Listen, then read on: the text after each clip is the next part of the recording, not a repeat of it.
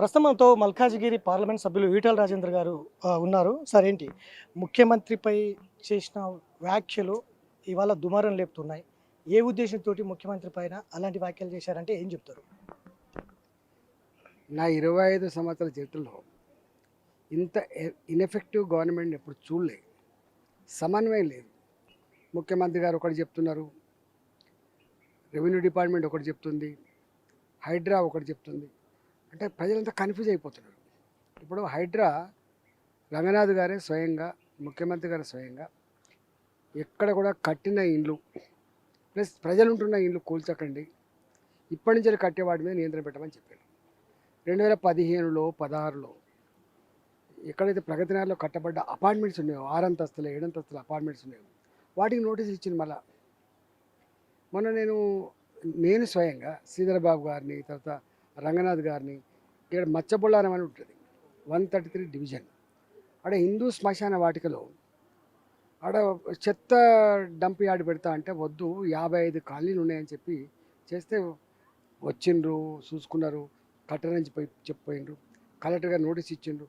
Collector గారు notice ఇచ్చిన హైడ్రా రంగనాథ్ గారు వచ్చి కట్టద్దని చెప్పిపోయినప్పటికీ కోర్టులో స్టే తెచ్చినప్పటికి కూడా కడుతూనే ఉన్నారు. అంటే ఎక్కడ నియంత్రణ లేదు. నేను ఏమంటున్నా అంటే అర్బన్ డెవలప్మెంట్ మినిస్ట్రీ కూడా ఆయన కిందనే ఉంది కాబట్టి రెవెన్యూ మంత్రి గారు శ్రీనివాస్ రెడ్డి గారు ఉన్నారు కాబట్టి సమన్వయంతో ఈ హైడ్రా మీద ఇప్పటికే అనేక రకాల నష్టాలు జరిగిపోయినాయి. ఇలా భయపడుతున్నారు. ఎవరైనా ప్లాట్ కొనుక్కోవాలనుకున్నా, ఇల్లు కొనుక్కోవాలనుకున్నా హైడ్రా సర్టిఫికేట్ లేకపోతే కొనుక్కోలేమనే పరిస్థితికి వచ్చింది. మీ స్టాంప్స్ అండ్ మీ రిజిస్ట్రేషన్ అన్నీ పడిపోయినాయి, రియల్ ఎస్టేట్ అంతా పడిపోయింది, ఇవాళ జిఎస్డిపి పడిపోతుందని చెప్పి నువ్వే అంటున్నావు, అప్పు తెచ్చుకుంటే తప్ప జీతాలు లేని పరిస్థితి అంటున్నావు.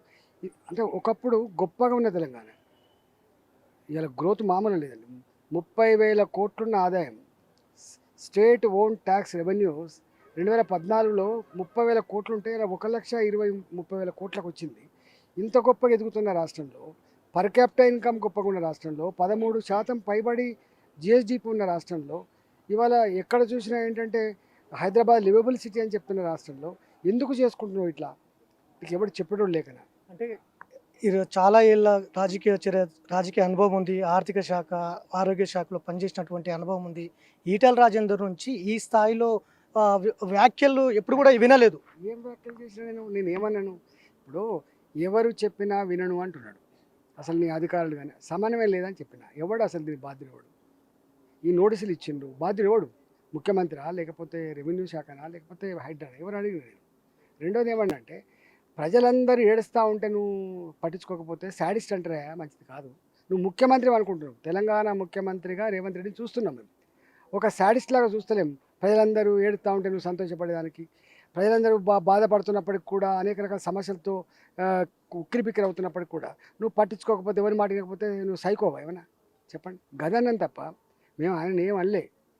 నువ్వు ఒక ముఖ్యమంత్రిలాగా బిహేవ్ చెయ్యి అని చెప్పినా తప్ప ఇంకేం అనలే. మొత్తం నా స్పీచ్ అంతా విను, మీరు తెలుస్తుంది.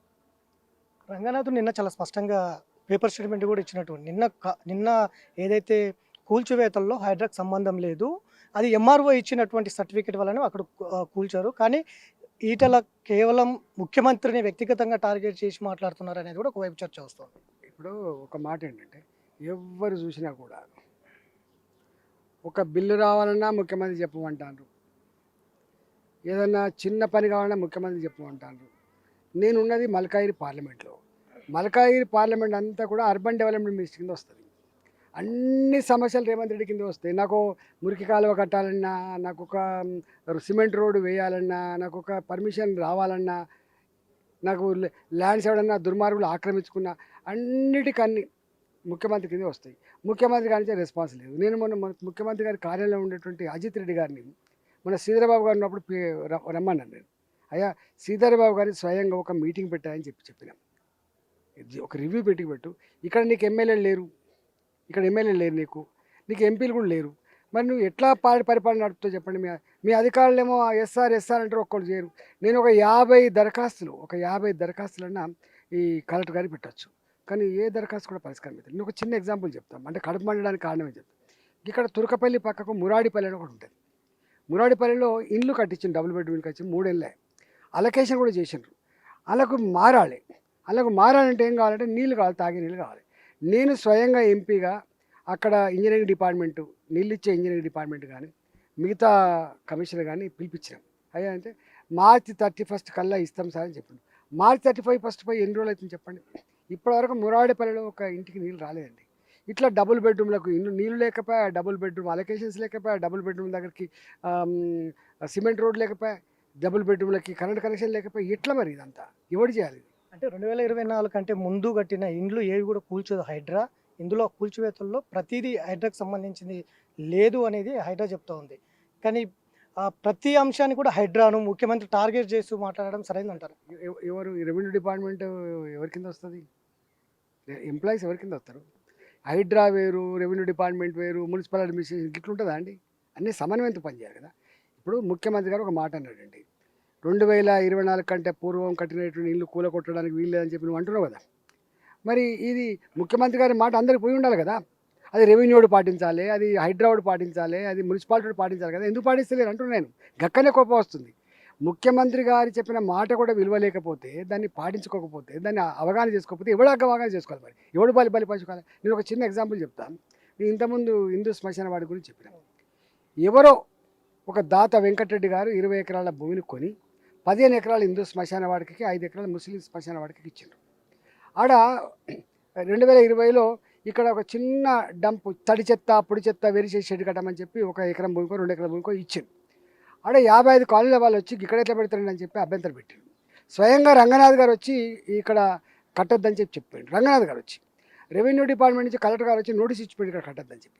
నేను స్వయంగా మళ్ళీ కడుతున్నానని చెప్పి నేను మళ్ళీ రంగనాథ్ గారికి, తర్వాత జిల్లా ఇన్ఛార్జ్ మంత్రి శ్రీధర్బాబు గారికి పోయి సచివాలయం పోయి చెప్పొచ్చినాం. కోర్టుకు పోయి ఇవి జరగకపోతే కోర్టుకు పోయి స్టే తెచ్చుకున్నాం. ఎన్ని తెచ్చుకున్నా కూడా ఇవాళ కడుతున్నారు లేదు మీరు చూడండి. అంటే కోర్టు స్టే ఇచ్చినప్పటికి కూడా కడుతున్నారంటే ఎవరి కంట్రోల్ ఉన్నట్టు లెక్క. నువ్వు అర్థం చేసుకో.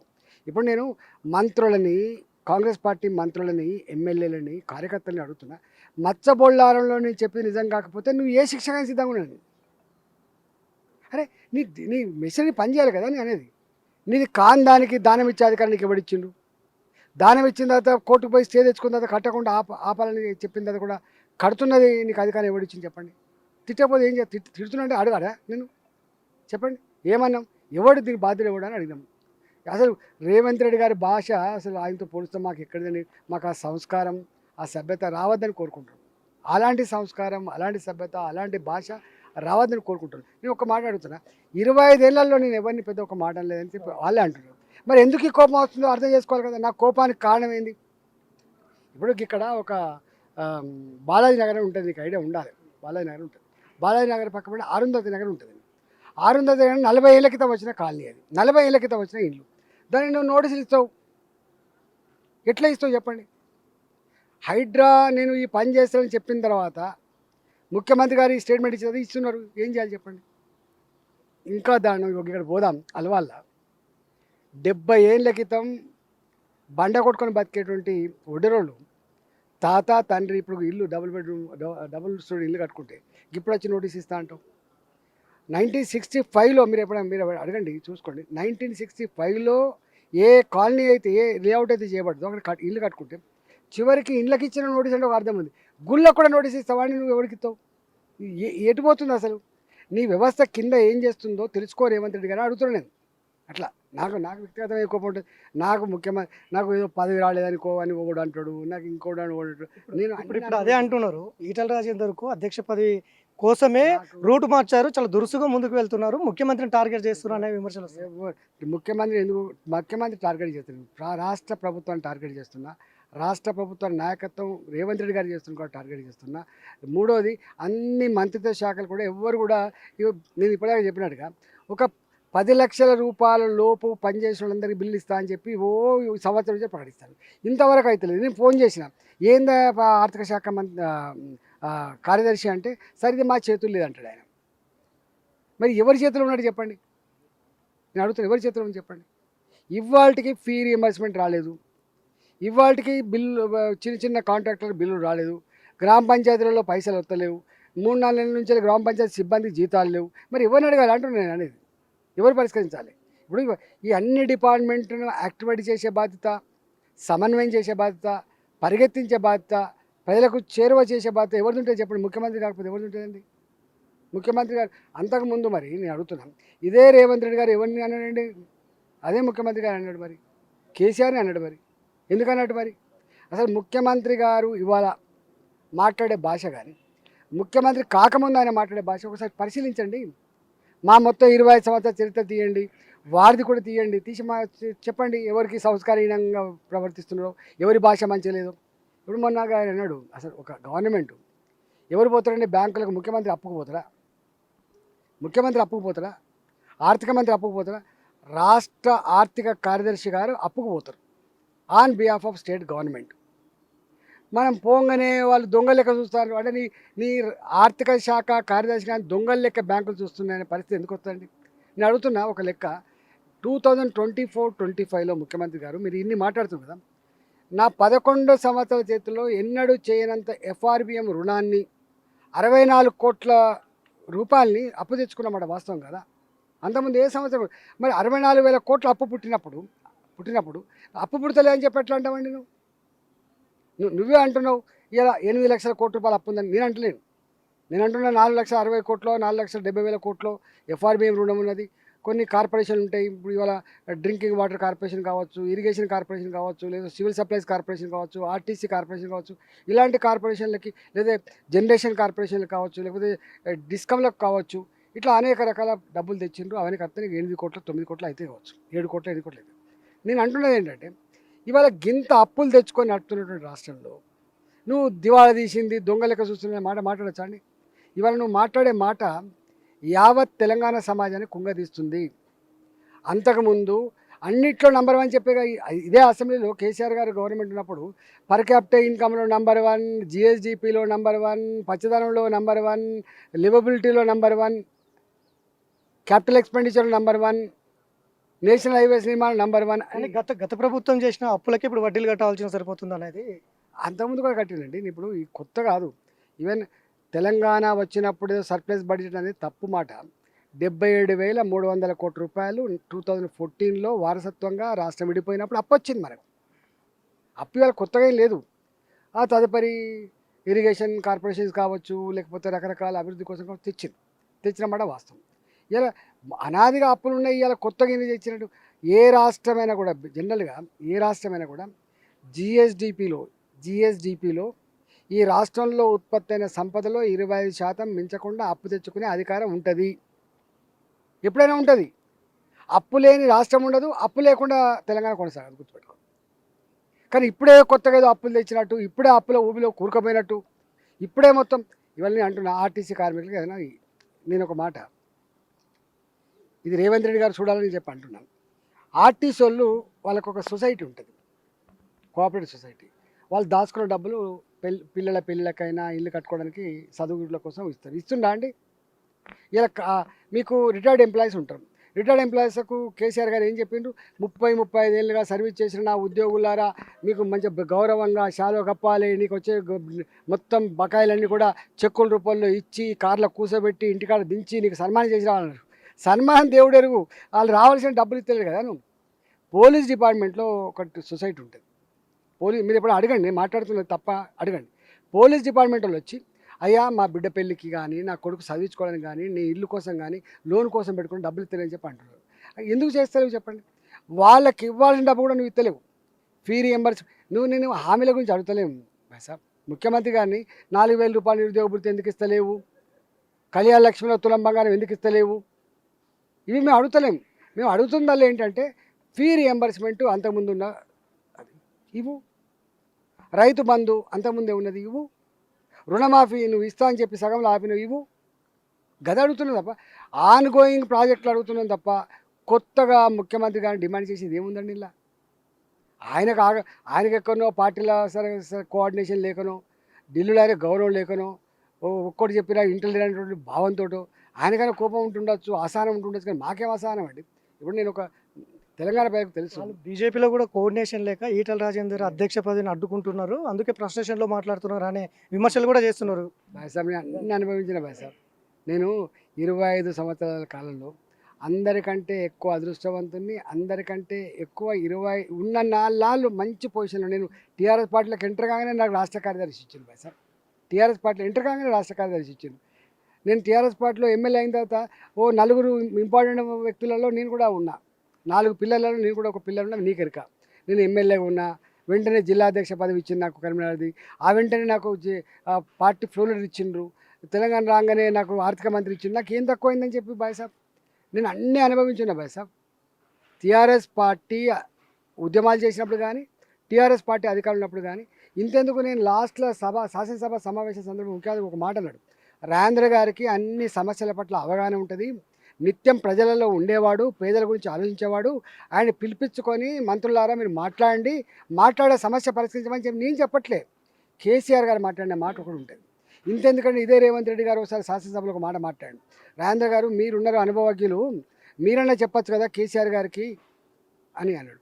గిన్ని అనుభవించిన నేను నాకేదో రాగానే నాకు ఏమైనా ఉన్నదా అయింది.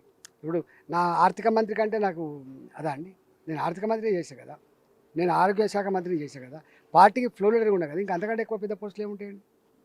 సో ఫైనల్గా నిన్న చేసిన మీ సీఎం పైన చేసిన వ్యాఖ్యల పైన ఈటల రాజేందర్ని తిరగనివ్వం, బట్టలోడు తీసి కొడతాం, ఇట్లాంటి వ్యాఖ్యలు కూడా కాంగ్రెస్ పార్టీ నేతల నుంచి వినిపిస్తున్నాయి. ఏం చెప్తారు ఇట్లాంటి వ్యాఖ్యలు? వాళ్ళు చిల్లరగాళ్ళు కుక్కలు మురిగినట్టు ఆలసించిన కుక్క లెక్క మురుగుతారు. వానికి ఏం అవసరం ఉందో వానికి వాడు మురుగుతున్నాడు. వాడిని ఇప్పుడొకటి ఎందుకు, ఇప్పుడు నా మీద ఎవడైతే మాట్లాడిండో మీరు అంటున్నారు కదా, నా మీద ఎవడైతే మాట్లాడిండో వాడే ముఖ్యమంత్రి కాకముందు రేవంత్ రెడ్డి వారి మీద మాట్లాడిండు. ఏం మాట్లాడిండో ఒకసారి వినమని చెప్పండి. ఇప్పుడు నా మీద మాట్లాడు కదండి, ఆలసించిన కుక్క లెక్క మురుగుడు కాదు కదా, చిల్లరగా లెక్క మాట్లాడు కదా, నా ఒక్కరి మీద మాట్లాడు. ఆయన మొత్తం చరిత్ర అంతది ఆ గదే చరిత్ర ఉంటుంది. ఆయన గురించి నేనేం మాట్లాడతా, వాళ్ళు సిగ్గుపడాలి. హైడ్రాకి సంబంధించిన అంశంలో ఈటల రాజేందర్కు పూర్తిగా అవగాహన లేదు, అన్నింటినీ హైడ్రాకే అపవాదిస్తున్నాడు అనేది ఒక చర్చ జరుగుతుంది. రంగనాథ్ గారు స్టేట్మెంట్ ఇవ్వమని చెప్పు. రంగనాథ్ గారు బయటకు వచ్చి నీ పరిధి ఏంది, నీ విధానాలు ఏంది, నీ కర్తవ్యాలు ఏంది, నీ నీ నీ ఎక్కడ దాకా పోతావు అని చెప్పమని చెప్పరాదు. నాకు అవగాహన లేదే. ఇవాళ 25 ఏళ్ళ తర్వాత రంగనాథ్ గారి దగ్గర నుంచి నేర్చుకునే పరిస్థితి వచ్చినందుకు సంతోషపడుతున్నాను. కానీ నేను ఏమంటున్నా అంటే, నువ్వు అంటే విన్నాను కానీ రంగనాథ్ గారి మాట అన్నందుకు నాకు బాధలే, కానీ ప్రజలకు అర్థం చేయించరాదు, నువ్వు ప్రజలకు ఒక నమ్మకాన్ని కలిగించరాదు. నన్ను ఎందుకు అంటావు? నన్ను 25 ఏళ్ళ లేదు ఎవరు అనలేదు. మరి ఇవాళ కొత్తగా నువ్వు అంటున్నావు అంటే నువ్వు ఎంత గొప్పోడివో అర్థమవుతుంది, నీ గవర్నమెంట్ ఎంత గొప్ప పని చేస్తుందో అర్థమవుతుంది. నేను రాజశేఖర్ గారితో కొట్లాడినా, నీకు తెలుసు. రోషా గారు ఉన్నప్పుడు కూడా కొట్లాడినా, కిరణ్ కుమార్ రెడ్డి గారు ఉన్నప్పుడు మా పార్టీలో ఉండి కొట్లాడినా, చివరికి కేసీఆర్ గారు ఉన్నప్పుడు కూడా కొట్లాడినా. నేను ఇంకొక మాట చెప్తున్నాను, ఇప్పుడు వీళ్ళకు పదవుల కోసం ఆలసించిన కుక్కలక మురుగుతుంది కదా. నేను ఆర్థిక మంత్రిగా ఉన్నాడు, ఆర్థిక మంత్రి నేనున్నాడు. మున్సిపాలిటీ కార్మికులు సమ్మె చేస్తే కార్మికుల పక్షాన ఉన్నాడు నేను. నా పదవి ముఖ్యం కాదు, నాకు మున్సిపల్ కార్మికుల జీవితాలు ముఖ్యమని నేను. ఇంతెందుకు ఆర్టీసీ కార్మికులు సమ్మె చేసినప్పుడు నీకు ఐడియా ఉండదో లేదో, నేను మింట్ కాంపౌండ్ కాడ ఒక డైరీ ఆవిష్కరణ కోసం వచ్చి ఒక అన్న మాట ఏంటంటే, కొంతమంది మాట్లాడుతున్నారు సంఘాలు వద్దని, కార్మిక సంఘాలు వద్దని మాట్లాడుతున్నారు, సమ్మెలు వద్దంటున్నారు. ఈయన పుట్టకముందే సంఘం పుట్టింది, ఈయన పుట్టకముందే సమ్మెలు పుట్టినాయి అని చెప్పిన గుర్తుపెట్టుకో. నేను ఆర్థిక మంత్రి ఉన్నాను. కొంతమంది వేదవులు మాదల్లో ఉండి వాళ్ళకి సపోర్ట్ చేస్తున్నారని చెప్పి కూడా మాట్లాడు.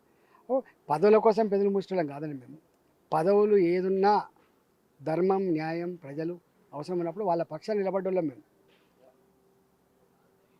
సో ఇది మొత్తం మీద ప్రజల విశ్వాసం కోల్పోయింది ప్రభుత్వము. ప్రజలకు న్యాయం చేయాల్సిన ప్రభుత్వాలే ఇవాళ ప్రజల ఇళ్లను కూల్చివేయడం సరైనది కాదు. అది హైడ్రా కావచ్చు, ఇంకోటి కావచ్చు, ప్రజల పక్షాన నిలబడతారు, నాకు పదవులు ముఖ్యం కాదనేది ఈటల రాజేందర్ చెప్తున్నటువంటిది. వీడియో జర్నలిస్ట్ వినోద్తో వెంకట్, బిగ్ టీవీ, హైదరాబాద్.